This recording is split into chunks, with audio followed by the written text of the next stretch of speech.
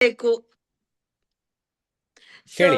Cool ಆಗಿ, com ಆಗಿ, confident ಆಗಿ, ಕಂಪೋಸ್ಡ್ ಆಗಿ ನಾವು ಯಾವ್ದಾದ್ರು ಒಂದು ಲೈಕ್ ನಾಯಕತ್ವ ತಗೊಳ್ಬೇಕು ಅಂದ್ರೆ ಅದಕ್ಕೆ ನಾವು ಯಾವ ತರ ಒಗ್ಗಿಕೊಳ್ಬೇಕು, ಫಸ್ಟ್ ನಮ್ಮಲ್ಲಿ ಆ ಕ್ಯಾರೆಕ್ಟರ್ಸ್ ಇದೆಯಾ ಅದನ್ನೆಲ್ಲ ನೋಡ್ಕೊಂಡು ಸೊ ನಾವ್ ಅದನ್ನ ಪ್ರಾಕ್ಟೀಸ್ ಮಾಡ್ತಾ ಹೋಗ್ಬೇಕು ಅನ್ನೋದು ಇದಾಯ್ತು ಸರ್. ಬಿಫೋರ್ ಸ್ವಲ್ಪ ಭಯ ಆಗ್ಲಿ, ನೀವು ಒಂದು ಏನಾದ್ರು ಮಾತಾಡ್ಬೇಕು ಅಂದ್ರೂ ಭಯ ಆಗೋದು ಇದ.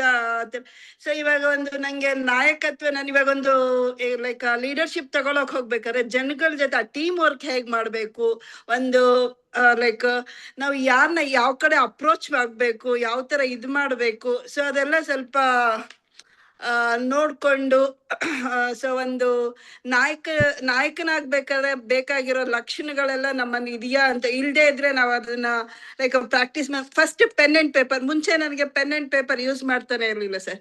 ಇವಾಗ ನಾವು ಎಷ್ಟು ನೀವು ಹೇಳ್ದಂಗೆ ನಾವು ಏನ್ ಒಂದೊಂದು ವರ್ಡು ಬರೀತೀವ ಎಲ್ಲ ನಮ್ಮ ಕೈಯಿಂದ ನಮ್ಮ ಇದ್ರಲ್ಲಿ ಇದಾಗತ್ತೆ, ನಮ್ಮ ಬ್ರೈನ್ ಅಲ್ಲಿ ಸ್ಟೋರ್ ಆಗತ್ತೆ. ಸೊ ನಾವ್ ಹೇಳ್ಬೇಕಾದ್ರೂ ಅದು ಈಸಿಯಾಗಿ ಬರುತ್ತೆ ಸರ್. ಮುಂಚೆ ನಂಗೆ ಬರೆಯೋ ಅಭ್ಯಾಸನೇ ಇರ್ಲಿಲ್ಲ. ಇವಾಗ ನೀವು ಪೆನ್ನು ಪೇಪರ್ ಥೆರಪಿ ಹೇಳಿದ್ಮೇಲೆ ಸೊ ಡೈಲಿ ನೀವು ಹೇಳಿದ ವಿಚಾರ ಅಟ್ಲೀಸ್ಟ್ 1 or 2 ಲೈನ್ಸ್ ಆದ್ರೂ ಬರಿತಾ ಇದ್ರೆ ಅದು ನಮ್ಮ ಇದಕ್ಕೆ ಹೋಗಿ ಸ್ಟೋರ್ ಆಗತ್ತೆ, ಸಬ್ ಕಾನ್ಶಿಯಸ್ ಮೈಂಡ್ ಅಲ್ಲಿ ಸ್ಟೋರ್ ಆಗುತ್ತೆ.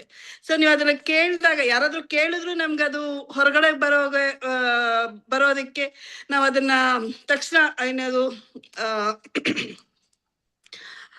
ಅದ ಒಂದ್ ವಿಷಯ ಅನ್ಕೊಂಡಿದ ತಕ್ಷಣ ಸಡನ್ ಆಗಿ ನೀವು ಹೇಳ್ದಂಗೆ ಅದು ನಮ್ಗೆ ಅನ್ಕೊಂಡಿದ ತಕ್ಷಣ ಬರ್ತದೆ. ಮುಂಚೆ ಎಲ್ಲ ಯೋಚನೆ ಮಾಡ್ತಾ ಇದ್ದೆ ಸ್ವಲ್ಪ, ಅಂದ್ರೆ ಈಗ ಒಂದು 10-15 ಒಂದು 20% ಅಷ್ಟು ಐ ಕ್ಯಾನ್ ಏನದು capable to handle the situations ಅಂತ ಒಂದು ಕಾನ್ಫಿಡೆನ್ಸ್ ಬಂತು sir. Very good, very good. Rajendra, ತಮ್ಮ ಅನಿಸಿಕೆ? ನಮಸ್ಕಾರ. ಇವತ್ತಿನ ಮಾಸ್ಟರ್ ಕ್ಲಾಸ್ ಲೀಡರ್ಶಿಪ್ ಮಾಸ್ಟರ್ ಅಲ್ಲಿ ತುಂಬಾ ಲೀಡರ್ಶಿಪ್ ಕ್ವಾಲಿಟೀಸ್ ಏನೇನ್ ಬೇಕು ಅನ್ನೋದ ಕಲ್ತ್ಕೊಂಡೆ. ಸೊ ಇದು ಈ ಲೀಡರ್ಶಿಪ್ ಕ್ವಾಲಿಟಿಯಲ್ಲಿ ಒಂದು ಕಮ್ಯುನಿಟಿ.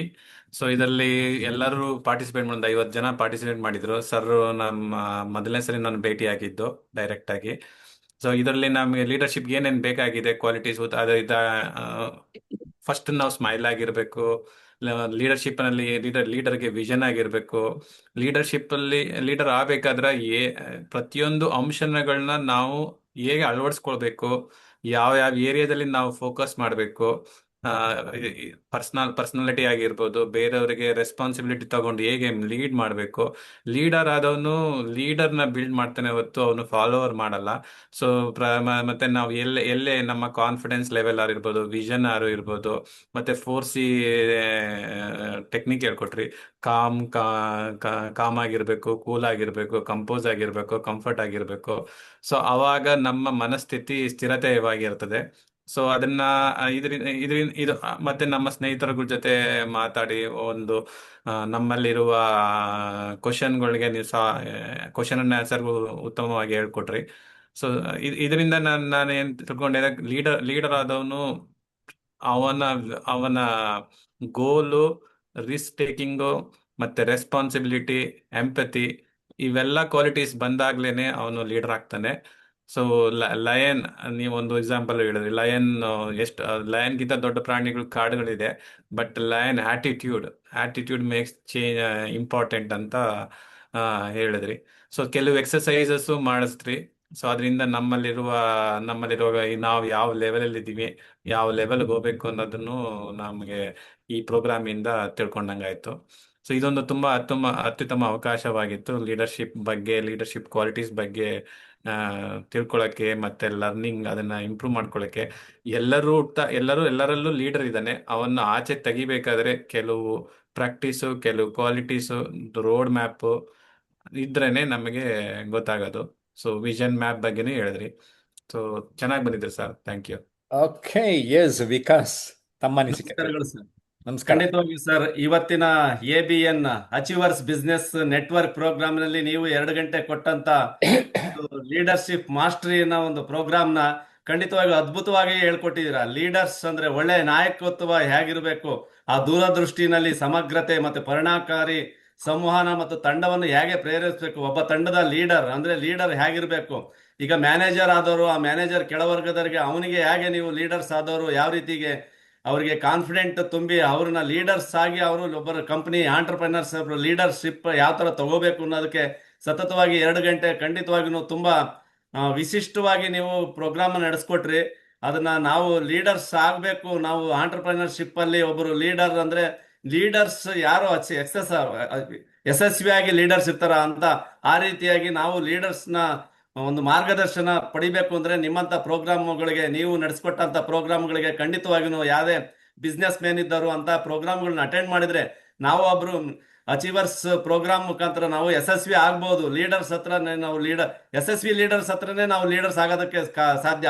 ನಾವು ಮ್ಯಾನೇಜರ್ ಲೆವೆಲ್ ಅಲ್ಲಿ ನಾವು ಅವ್ರನ್ನ ಕೇಳ್ಕೊಳಕ್ ಆಗೋದಿಲ್ಲ. ಅದಕ್ಕೆ ಖಂಡಿತವಾಗಿ ಲೀಡರ್ಶಿಪ್ ಮಾಸ್ಟರಿ ಅನ್ನೋದ ಪ್ರೋಗ್ರಾಮ್ನ ಇವತ್ತು ತುಂಬಾ ಯಶಸ್ವಿಯಾಗಿ ನಡೆಸ್ಕೊಟ್ಟಿದ್ದೀರಾ. ಇನ್ನ ಮುಂದೆ ಖಂಡಿತವಾಗಿ ಈ ತರ ಯಾವ್ದಾರ ಪ್ರೋಗ್ರಾಮ್ ನಡೆದ್ರೆ ಖಂಡಿತವಾಗಿಯೂ ನಾವು ಒಬ್ರು ಬಿಸ್ನೆಸ್ ಮ್ಯಾನ್ ಆಗಿ ನಮಗೆ ಲೀಡರ್ಸ್ ಆಗ್ಬೇಕು ಅಂತಂದ್ರೆ ನಿಮ್ಮಂತ ಮಾರ್ಗದರ್ಶನ ಖಂಡಿತವಾಗಿ ಅವಶ್ಯಕತೆ ಇದೆ ಅಂತ ಹೇಳ್ತಾ ನಾನು 2 ಮಾತುಗಳು ಮುಗಿಸ್ತಾ ಇದ್ದೀನಿ. ಧನ್ಯವಾದಗಳು ಸರ್. ಎಸ್, 3 ಜನ ಇಲ್ಲಿ ಬಂದಿದ್ದವ್ರನ್ನ ಮಾತಾಡಿಸ್ದೆ. ಬರ್ದೇ ಇದ್ದ ಪ್ರವೀಣ್ಗೆ ಇವ್ರುಗಳ ಮಾತು ಕೇಳಿದಾಗ ಹೇಗೆ ಅನಿಸ್ತು ಪ್ರವೀಣ್? ನಮಸ್ಕಾರ ಸರ್. ಇವುಗಳ ಮಾತುಗಳನ್ನು ಕೇಳಿ ನನಗೂ ಆನಂದ ಅನಿಸ್ತು. ಈಗ ಲೀಡರ್ಶಿಪ್ ಅಂದ್ರೆ ಇದು ತುಂಬಾ ಮುಖ್ಯವಾದದ್ದು. ಇದು ನಾವು ಲೋಕಲ್ ಲೆವೆಲ್ ನಲ್ಲಿ ನೋಡಿದ್ರು ಅಥವಾ ರಾಜ್ಯದಲ್ಲಿ ಅಲ್ಲಿ ಅಂತಾರಾಷ್ಟ್ರೀಯ ಲೆವೆಲ್ ಅಲ್ಲಿ ನೋಡಿದ್ರೆ ಇದು ಎಲ್ಲಾ ಕ್ಷೇತ್ರಗಳಲ್ಲಿ ಅನ್ವಯ ಆಗುತ್ತದೆ.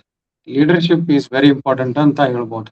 ಯಾಕಂದ್ರೆ ನೀವು ಕಂಪನಿ ಇರ್ಬೋದು ಅಥವಾ ಬೇರೆ ಯಾವ್ದಾದ್ರು ಸಂಘ ಇರ್ಬೋದು, ಈಗ ಅದು ಕಂಪನಿ ಬೆಳೆಯಲಿಕ್ಕೆ ಲೀಡರ್ಶಿಪ್ ತುಂಬಾ ಇಂಪಾರ್ಟೆಂಟ್. ಲೀಡರ್ ಚೆನ್ನಾಗಿದ್ರೆ ಕಂಪನಿನೂ ಬೆಳೆಯುತ್ತೆ. ಅದೇ ತರ ಯಾವ್ದಾದ್ರು ಸಂಘ ಸಂಸ್ಥೆ ಇರ್ಬೋದು, ಇತ್ಯಾದಿ ಇರ್ಬೋದು. ಲೀಡರ್ ಚೆನ್ನಾಗಿದ್ರೆ ಅದನ್ನ ಒಂದು ಒಳ್ಳೆಯ ದಿಕ್ಕಿನಲ್ಲಿ ಕರ್ದ್ಕೊಂಡು ಹೋಗ್ಲಿಕ್ಕೆ ಅನುಕೂಲ ಆಗುತ್ತೆ ಅಂತ ಹೇಳಬಲ್ಲೆ. S, good. ಸುದರ್ಶನ್ ಇದ್ದಾರೆ. ಸುದರ್ಶನ್, ನಿಮ್ಗೆ ಹೇಗೆ ಅನ್ನಿಸ್ತು? ಬಹಳ ಖುಷಿ ಆಯ್ತು ಸರ್. ಎಲ್ಲ ಲೀಡರ್ಶಿಪ್ ಬಗ್ಗೆ ಎಲ್ರು ತುಂಬಾ ಚೆನ್ನಾಗಿ ಇವತ್ತಿನ ಪ್ರೋಗ್ರಾಮ್ ಅಲ್ಲಿ ತಿಳ್ಕೊಂಡ್ರು.